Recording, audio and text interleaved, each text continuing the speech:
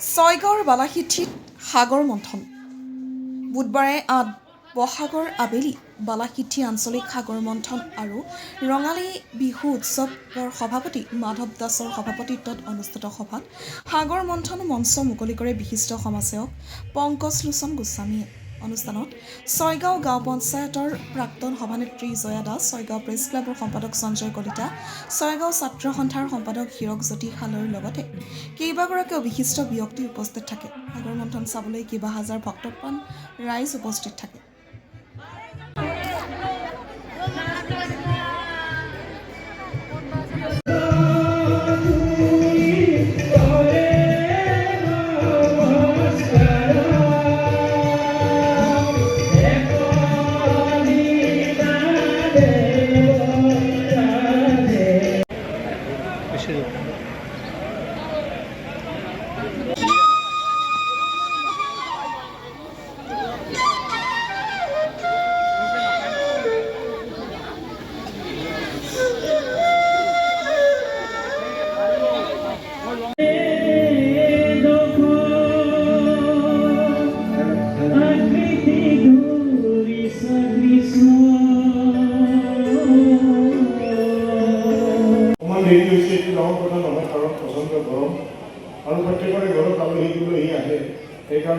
আস্থা পলিক্লিনিক প্রতিদিনে বিশেষজ্ঞ ডাক্তারের দ্বারা নিয়মিত স্বাস্থ্য পরীক্ষা, অত্যাধুনিক laboratory, digital x-ray, ultrasound, pharmacy, day care unit available.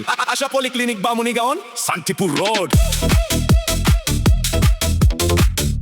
আজিৰ পৰা ৩৯ বছৰ আগতে আমাৰ এই অঞ্চলৰ পুৰোধা ব্যক্তি কিছুমানে, বিশেষকৈ ভাৰত দাস, স্বৰ্গীয় পৰশু দাস আদিৰ যৎপৰোনাস্তি চেষ্টাত বালাইটি আঞ্চলিক সাতপাৰা ৰাইজৰ সহযোগত এই অনুষ্ঠানটোৱে জন্ম লৈছিল 1988 চনত। আৰু তেতিয়াৰে পৰা আমাৰ এই ৰাইজৰ, এই অঞ্চলৰ ল'ৰা ছোৱালী আটাইয়ে সহযোগ কৰে। এই আটাইৰে সহযোগত এই অনুষ্ঠানটি আজিৰ পৰ্যায় পাইছে। এই অনুষ্ঠানটিৰ মূল বিষয়বস্তু হ'ল সাগৰ মন্থন। এই সাগৰ মন্থন নাটকখন আমি বছৰি মঞ্চস্থ কৰোঁ। সাগৰ মন্থন নাটকখনৰ উদ্দেশ্য আপোনালোক আটাইয়ে জানে যে দৈত্য আৰু দেৱতাৰ এখন যুঁজ। তাত দেৱতাৰ জয় হয়, দৈত্যৰ পৰাজয় হয়। মূল বিষয়টো ইমানেই।